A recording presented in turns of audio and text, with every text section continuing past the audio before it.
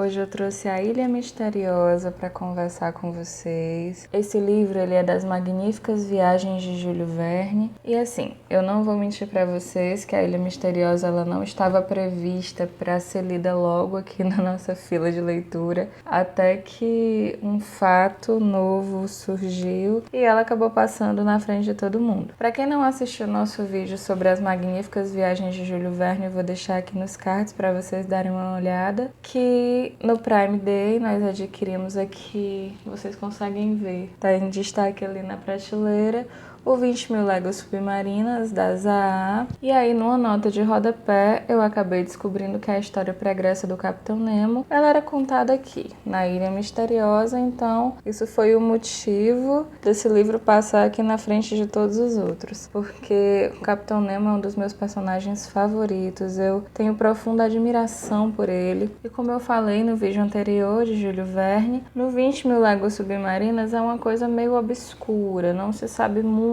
A história do Capitão Nemo ela fica assim um pouco na sombra. Você sabe que ele tem ódio, tem aversão à humanidade, mas de fato você não encontra muitos detalhes. E aí por isso, quando eu soube que aqui poderia ter mais informações, eu vim correndo pra cá. E assim, eu já vou avisar que é uma resenha cheia de spoilers, então antes que você fique chateado comigo, eu vou contar detalhes que talvez você não queira saber caso queira ler o livro, e também porque são obras do século XIX, são livros antigos, então eu diria assim que já caiu em domínio público, então posso fazer isso. Brincadeira, gente, não por isso. Mas assim, são histórias muito boas. E às vezes a pessoa olha e ela não tem noção de que a história é boa assim. E eu assisti uma adaptação da Ilha Misteriosa e é muito modificado. Chega assim a ser fantástico demais, aparecem criaturas gigantes, coisa que não existe aqui no livro. E também aparecem mulheres que são sobreviventes de naufrágios no filme, né, na adaptação. Também antiga, de 1956. O livro é quase de um século antes, 1866. Então, vale a pena trazer um vídeo cheio de detalhes para vocês, porque podem ter certeza que, mesmo que eu passe 2 horas falando para vocês sobre eles, eu ainda não vou contar tudo. Ainda não vai tirar o seu prazer da leitura, caso você se interesse em ler A Ilha Misteriosa depois desse vídeo. Então, tudo começa, mais uma vez, mais um livro que vai falar na Guerra de Secessão Americana, ou a Guerra Civil, como você preferir chamar. E isso tudo vai se passar no governo de Abraham Lincoln. Então, a nossa história ela vai girar em torno de 5 homens, o engenheiro Cyrus Smith, mais 4 companheiros, um repórter, um marujo, um aprendiz e um criado. Ele era criado de Cyrus, era negro, um negro liberto, e tudo isso começa em uma prisão, justamente porque Cyrus, ele era a favor do norte na guerra separatista, na guerra de secessão, que os nortistas, eles tinham como propósito abolir a escravidão nos Estados Unidos. Então, esse criado, ele daria a vida por seu mestre se fosse necessário. Ele era liberto, mas mesmo assim ele nunca quis sair de perto de Cyrus. E então, no contexto da guerra, esses homens são presos e levados para uma cidade prisional. Não era um prédio, eles eram livres dentro da cidade, porém essa cidade ela era extremamente vigiada, era um grande forte.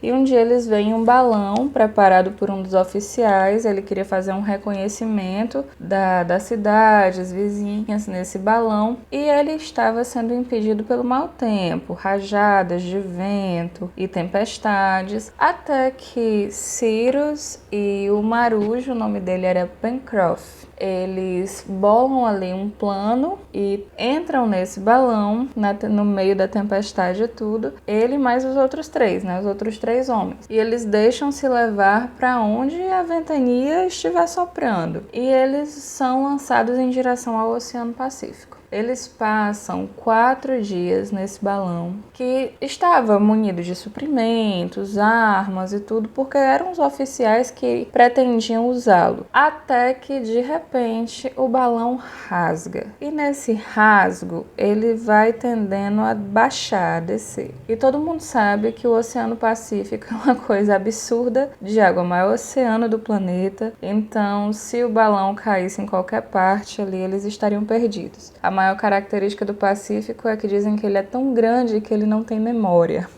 E aí eles começaram a jogar fora todos os objetos pesados, na esperança de deixar o balão mais leve. Foram jogando e nada de impedirem a queda do balão, até que, quando não tinha mais nada para jogar fora, eles seguraram nas cordas e cortaram o cesto. Foi quando o balão subiu e conseguiu avançar um pouco mais o oceano adentro, até que eles avistaram uma massa de terra. E essa massa de terra, até então desconhecida, seria ali a salvação, mas de onde eles estavam era uma coisa extremamente longe e era praticamente impossível eles chegarem a nado de onde o balão caísse até essa ilha que eles tinham avistado. Até que numa rajada de vento, Cyrus acaba caindo. E a distância é mais ou menos uns 400 metros da praia. E eles também estavam levando um cachorrinho. É importante falar desse cachorrinho, ele vai ser bem importante aqui na nossa história. E ele cai junto com Cyrus. E os outros conseguem chegar até a praia. Incrivelmente, o balão tem fôlego suficiente para chegar até a praia. Então, Cyrus está perdido e eles estão em desespero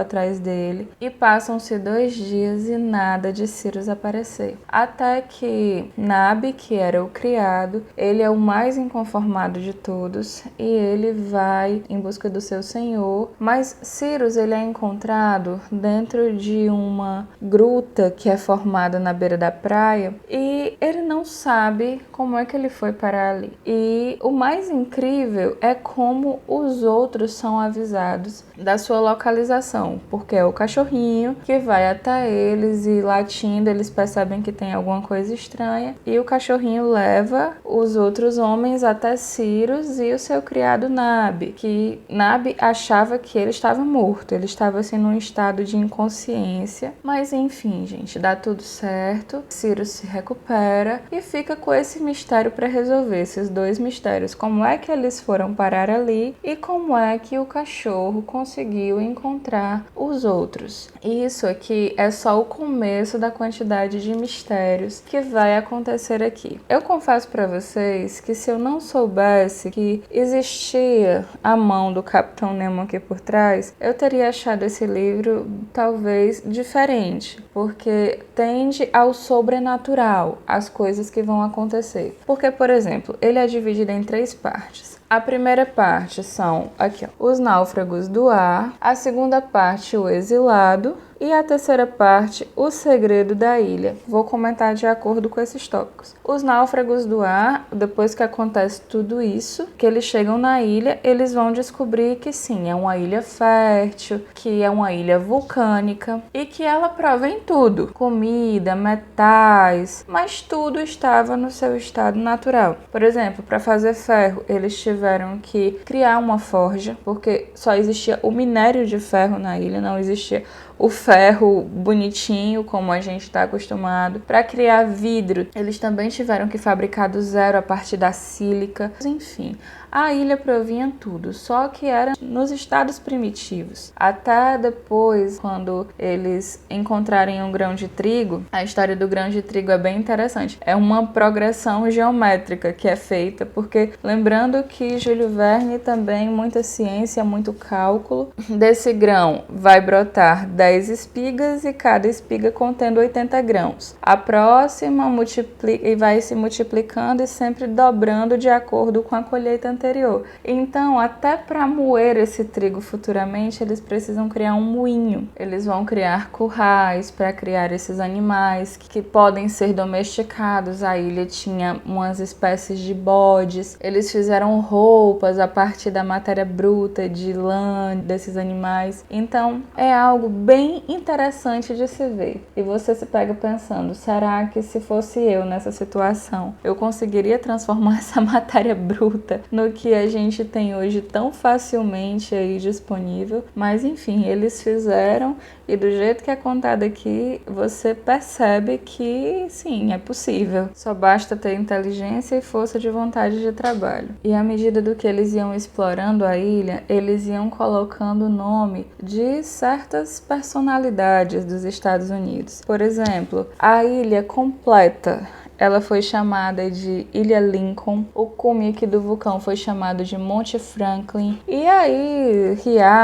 Riacho Washington. Eles foram nomeando a ilha de acordo com essas personalidades de sua pátria, que mesmo estando em guerra, mesmo eles tendo saído, fugindo dos Estados Unidos por causa da Guerra de Secessão, eles ainda tinham amor a seu país. E à medida que o tempo passava, eles tinham certeza que o norte tinha vencido essa nobre causa. A única coisa que era desconhecida para eles até então era a morte do presidente Abraham Lincoln, que não tinha como chegar nenhum jornal na ilha para eles ficarem sabendo desse fato, não é verdade? Mas assim, quando tudo isso vai se passando e eles vão aprendendo a se virar com os recursos que a ilha lhes oferece, eles conseguem fabricar nitroglicerina, explodir o curso de um rio para que tenham acesso a uma espécie de caverna que é escavada na pedra pela ação da água. E ali eles fizeram morada. E o mais interessante aqui é que nessa caverna existia um poço que dava acesso direto ao mar. E era ali nesse poço que coisas estranhas aconteciam. Coisas estranhas do tipo que o cachorrinho ficava inquieto, muitas vezes latindo para esse poço de forma assim perturbadora. Então, eles sabiam principalmente o engenheiro Cyrus que ali tinha alguma coisa, eles só não sabiam o que era, porque eles ainda não tinham encontrado nada. Coisas estranhas aconteciam, por exemplo, eles foram fazer o reconhecimento da ilha, aí eles tinham construído um barquinho, uma jangada pequena para pouca distância, então eles foram fazer o reconhecimento da ilha a pé. Então quando chegaram em uma determinada parte, eles estavam meio que encurralados por um rio, e aí de repente o barquinho deles aparece, então fica, quem foi que trouxe ele aqui? Então é desse tipo de coisas. Eles já estavam assim meio que acostumados com esse mistério, achando que a ilha tinha uma espécie de gênio, uma espécie de divindade que os estava protegendo. Então, quando se aproxima aqui da segunda parte do livro, que é onde eu me enchi de esperança que era aqui que o Capitão Nemo ia aparecer, né? No Exilado, na parte 2. Pencroff, que era o marujo, construiu um barco maior que pudesse enfrentar o mar, e ele construiu esse barco porque um dos mistérios foi que um dia, quando eles estavam nessa jangada, eles avistaram alguma coisa flutuando ali perto da praia. Perceberam que eram barris, e quando chegaram, esses barris eles faziam o papel de uma boia para segurar um baú. E quando eles abriram esse baú, ele estava recheado de objetos de extrema importância. Por exemplo, um sextante para eles saberem a exata latitude e longitude em que eles se encontravam, livros, um atlas, um mapa, panela, prato, camisa. Então parecia que a providência divina, como eles chamavam, viu tudo que estava faltando para eles e colocou dentro desse baú. Aí a partir daí, Pencroff decidiu construir o barco, já que eles sabiam que ali por perto tinha outra massa de terra muito pequena, muito menor do que a Ilha Lincoln, que era chamada de Ilha Tabor. Então eles decidiram ir até essa ilha. Mas o que selou mesmo, assim, o que bateu o martelo de dizer nós vamos até a Ilha Tabor, foi quando um dia eles estavam já testando o barco, mas ninguém mais falava nessa viagem, até que eles encontram uma garrafinha, aquelas garrafinhas jogadas ao mar. E quando eles resgatam essa garrafa, tem as coordenadas da ilha Tabor e informando a existência de um náufrago nessa ilha. E aí eles se sentem no dever de ir resgatar um semelhante. E então vai Pencroff e os outros dois, que eram o aprendiz e o jornalista. O engenheiro Cyrus e o Nab, que era o criado, eles ficam na ilha Lincoln. Então eles seguem essa viagem e chegam até a ilha Tabor. E quando chegam, esse náufrago, que quase não consegue ser encontrado porque ele não tinha quase mais nada de humanidade, ele era um homem que tinha sido abandonado lá há muito tempo e que, devido à solidão e ao seu estado deprimente, ele não se parecia mais com um ser humano. Até não falava, os dentes deles eram de uma aparência assim como um animal que só comia carne crua. Nos primeiros dias ele tinha muita aversão à carne cozida, mas mesmo assim eles resgatam esse náufrago à força e levam para a ilha Lincoln. Então, quando eles voltam para a ilha Lincoln, eles meio que perdem o curso, porque o barco que eles construíram não era muito forte e também, devido ao mau tempo, ele foi lançado para fora do curso. Então, quando eles estavam a ponto de passar direto, de se perder, eles avistam fumaça. E diz: o capitão Cyrus e o Nab estão fazendo uma fogueira no cume do vulcão, lá em cima, para nos avisar, uma espécie de farol. Mas era uma luz muito, muito, muito forte. Só tinha um problema, gente. Não foi o capitão Cyrus, nem o Nab que fez a fogueira. Mais uma coisa que se soma aos mistérios. Até que um dia, algo é avistado no horizonte. Alguém aparece ali para visitá-los. E quem aparece é um navio. E eles se enchem de esperança, provavelmente um resgate. Até que, usando uma luneta que também estava na caixa que veio com os presentes, os suprimentos, eles avistam que a bandeira do navio é uma bandeira preta. E aí não resta dúvidas. Esse navio é um navio que foi roubado e sua tripulação eram de piratas. E suas dúvidas foram logo respondidas quando eles mandam a Ayrton, que é o náufrago que foi resgatado. Eu não contei para vocês aqui como foi a recivilização de Ayrton, mas assim, é um longo trabalho. Depois de um tempo, quando ele decide contar a sua história, ele confessa que ele também já foi um criminoso, que tinha planos de roubar navios e torná-los navios piratas, até que o dono de um desses navios descobre seu plano, e foi assim que ele ficou isolado durante 12 anos na ilha Tabor sozinho. Mas enfim, depois de um tempo ele é reabilitado e volta a viver ali em sociedade, sempre meio distante, mas de fato sua humanidade tinha voltado. E quando essa tripulação pirata aparece, ele se oferece para ir a nado até o navio fazer um reconhecimento, tipo, qual a quantidade de homens que tem nessa tripulação, ficar a par da situação, ver de pertinho ali o que é que está acontecendo. E quando ele chega, tudo é confirmado. É realmente uma tripulação pirata, o navio se chamava Speed, era da Marinha Britânica, o seu capitão era um corsário não, um pirata mesmo. Chamar de corsário seria elogiá-lo. Então aí ele descobre que essa tripulação ela tinha mais ou menos 50 homens e, em vez de voltar e avisar aos companheiros, ele decide fazer justiça ali com as próprias mãos, porque ele viu que o navio ele tinha canhões, então em algum lugar deve ter um paiol, né, que é o lugar onde os navios guardam a pólvora. E seu plano era ir até esse paiol e fazer uma faísca de alguma forma e explodir tudo, mesmo sabendo que ele seria explodido também. O problema é que ele é descoberto antes de fazer isso. E aí ele vai ser ferido por um dos piratas, mas ele consegue escapar. Não consegue explodir o navio, mas consegue escapar. E aí começa o verdadeiro drama aqui dos... Eles não se chamavam de náufragos, eles se chamavam de colonos. Então, é o pior período para eles, porque os piratas de fato eles não têm boas intenções. Quando eles percebem que a ilha é habitada, o seu desejo é matar todo mundo e tomar posse de tudo que tem aqui. Então começa o verdadeiro terror. Piratas vêm à ilha em canoas e aí eles tinham armas que também estavam dentro do baú que foi dado de presente, e aí eles atiram, conseguem matar alguns dos piratas, mas de fato era uma tripulação muito muito grande para apenas 6 homens. Era uma proporção assim de quase 10 homens para cada um deles matar. Então seria muita coisa. E aí, surpreendentemente, uma noite eles escutam uma explosão.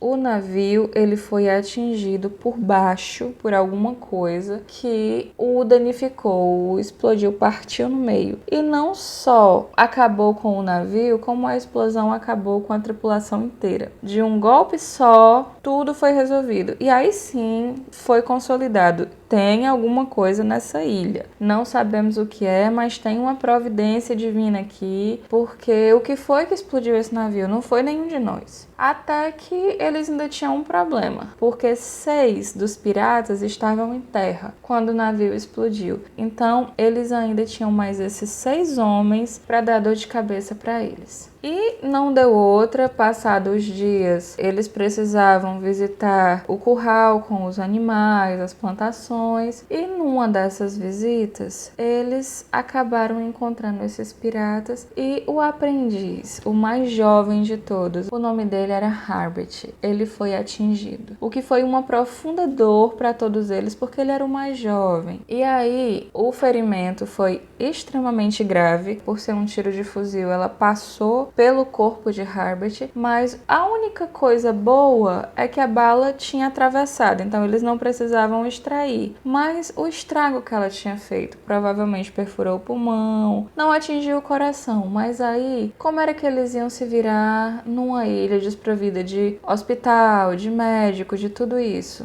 Vamos apelar para quem conhece um pouco mais de medicina. O garoto recebeu todos os cuidados, até que chegou um momento que ele foi acometido por febre perniciosa. E aí, eles precisavam urgentemente de sulfato de quinina, que era o único remédio conhecido na época que poderia barrar essa febre perniciosa. Ela era semelhante a ataques apopléticos, que também é bem comum na literatura desses livros do século XIX, que se você tivesse o terceiro ataque, você morreria. Então, ele teve a primeira crise dessa febre perniciosa e depois que ele teve a segunda crise, todos os outros entraram em desespero porque sabia que se ele tivesse a terceira crise, ele morreria. Até que o cachorrinho começou a latir de novo e aí, tarde da noite, eles escutaram um barulho dentro de casa, dentro da caverna, aliás. Quando eles foram olhar do local que vinha o barulho, eles encontraram uma caixinha com inúmeras pílulas de sulfato de quinina, que era justamente o que eles precisavam para baixar a febre do garoto e o garoto não morrer. E aí, pronto, foi administrado.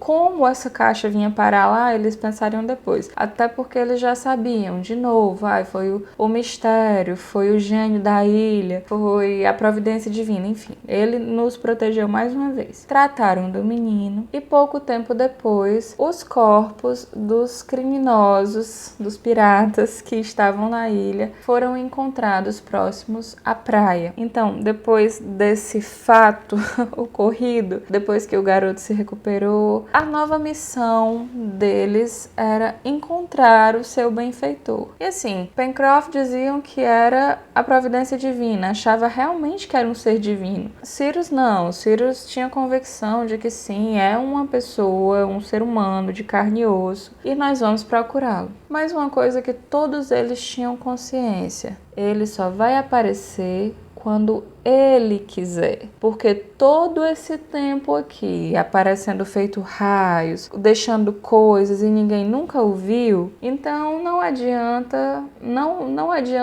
procurar. Ele só vai aparecer quando ele quiser aparecer, se ele quiser aparecer. Até que numa noite que chovia bastante, eles receberam um telegrama.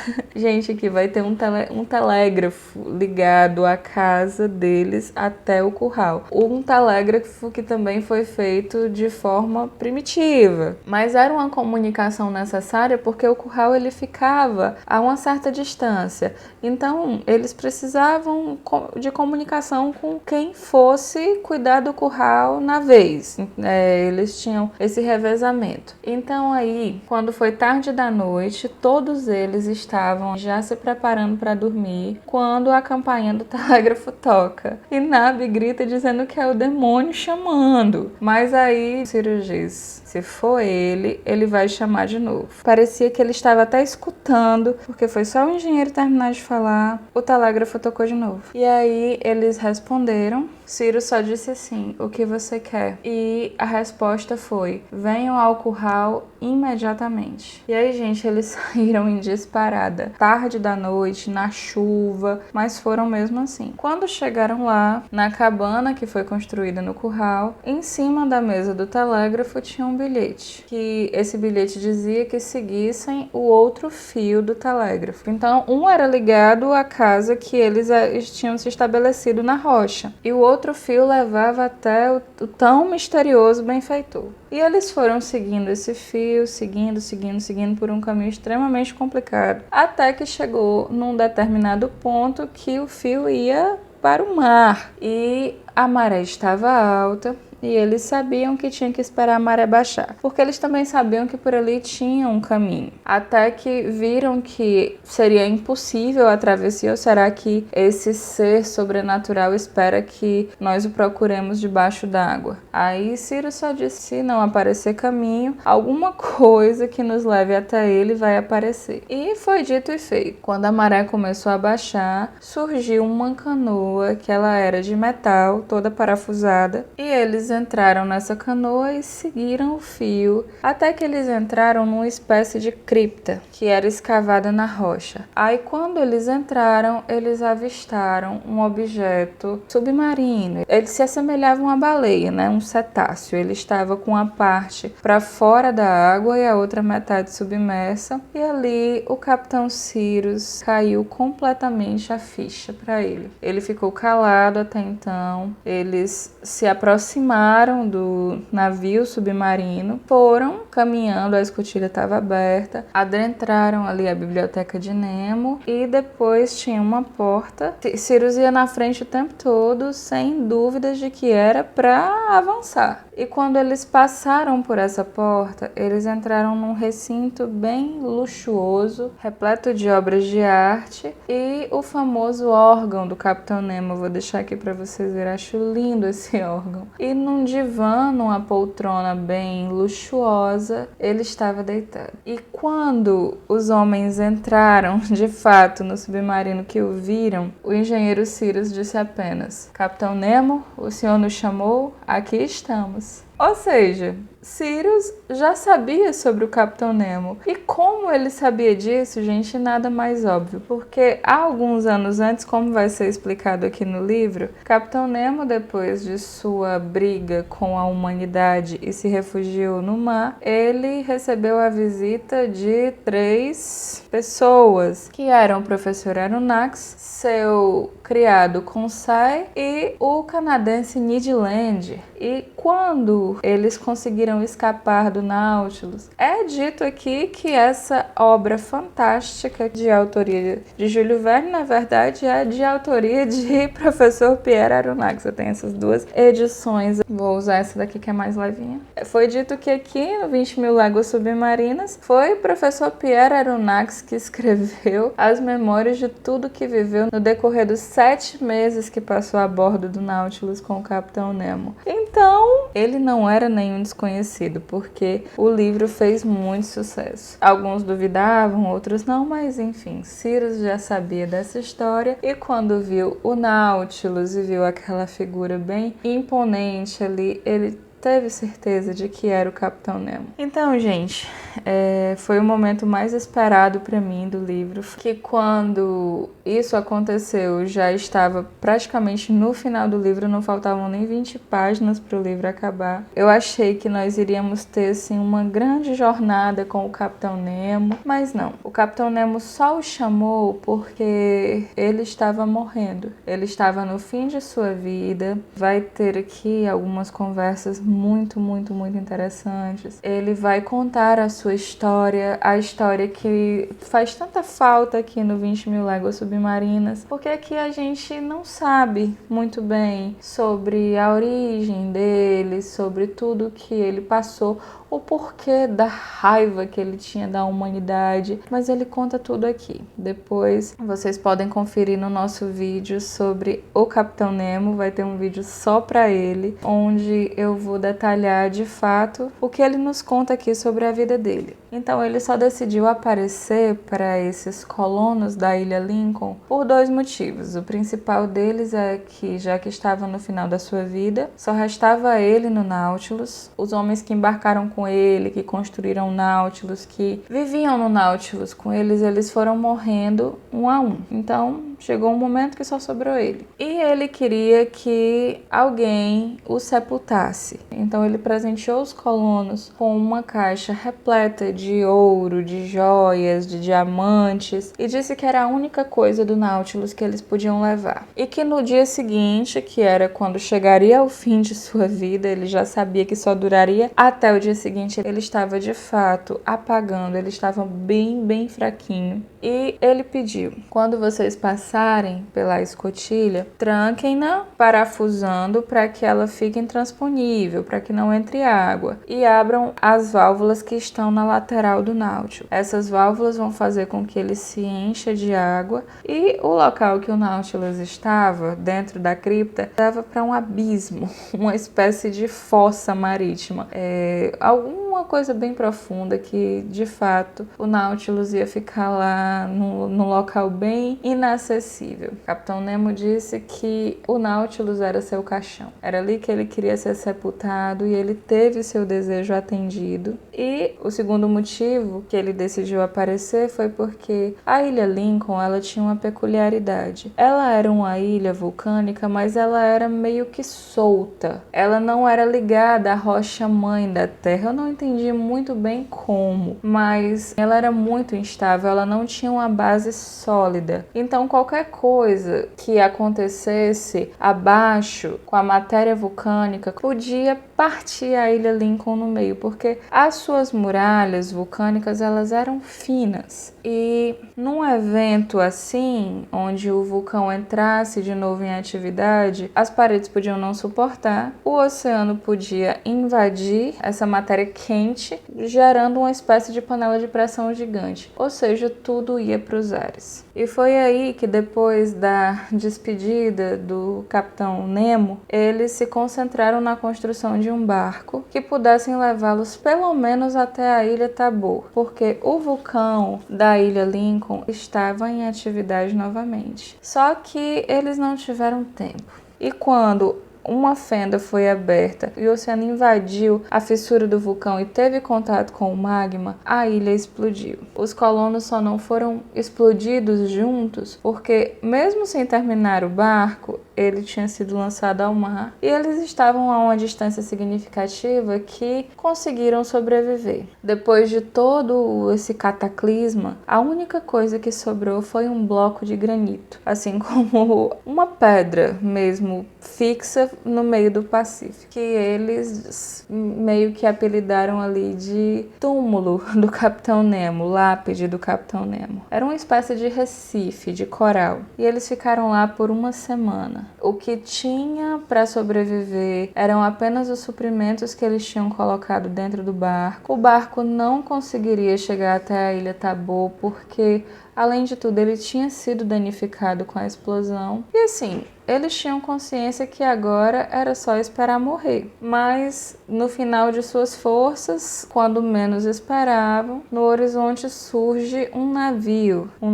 que veio resgatá-los. Isso também tem a ver com o exilado que foi resgatado lá da Ilha Tabor. Porque, como eu disse a vocês, ele era um criminoso e, quando ele foi abandonado lá, foi para expiação de seus crimes, e o navio que o abandonou deixou uma promessa promessa de que quando julgassem que ele tinha pago pelos crimes, eles voltariam para buscá-lo. E aí, nesse exato momento, o navio volta para buscar o exilado. Mas tem alguma coisa estranha. Como é que eles sabiam disso? Quando eles são resgatados, que vão perguntar ao capitão do navio que veio resgatá-los, ele diz, não, lá tinha um bilhete, uma placa bem visível quando chegamos, informando da localização da Ilha Lincoln e que além do nosso homem que viemos buscar, tinham mais 5 náufragos. E quando eles viram o bilhete, eles viram que era a mesma caligrafia do bilhete que eles encontraram numa garrafa informando sobre o náufrago que estava na Ilha Tabor. Então eles souberam que o Capitão Nemo, antes de morrer, também lhes prestou esse último favor. E, gente, foi assim, algo inexplicável de emoção para mim. Porque o que mais me fascina no Capitão Nemo é a inteligência. Ele não tem nada demais, ele é uma pessoa prática, ele é alguém que estudou para dominar as ciências e usou tudo isso a seu favor. Então, esse livro, por ter me deixado um pouquinho mais perto desse personagem, foi uma coisa que reconfortou muito meu coração. Foi uma leitura maravilhosa. Foram 4 dias, só não foi mais rápida essa leitura por causa dos outros compromissos que eu tenho na minha vida, mas foram 4 dias intensos de aventura, de alegria, de emoção, de mistérios, que eu já sabia o que era um mistério, também tô contando pra vocês. Porque, de fato, se era complicado de engolir algumas coisas se você não soubesse realmente que a figura por trás disso era um ser humano. Mas aqui está, Júlio Verne nos entrega mais uma obra, mais uma viagem fantástica, magnífica, incrível, que quem se dispor a ler esse livro não vai se arrepender. Então é isso, gente. Esse foi o livro de hoje. Espero que vocês tenham gostado. Se você chegou até aqui, gostou do nosso conteúdo, por favor, não se esqueça de curtir, de comentar, de se inscrever no canal, que você vai me ajudar bastante a continuar trazendo vídeos como esse. Então é isso. Um grande beijo. Até os próximos vídeos. Até a próxima semana.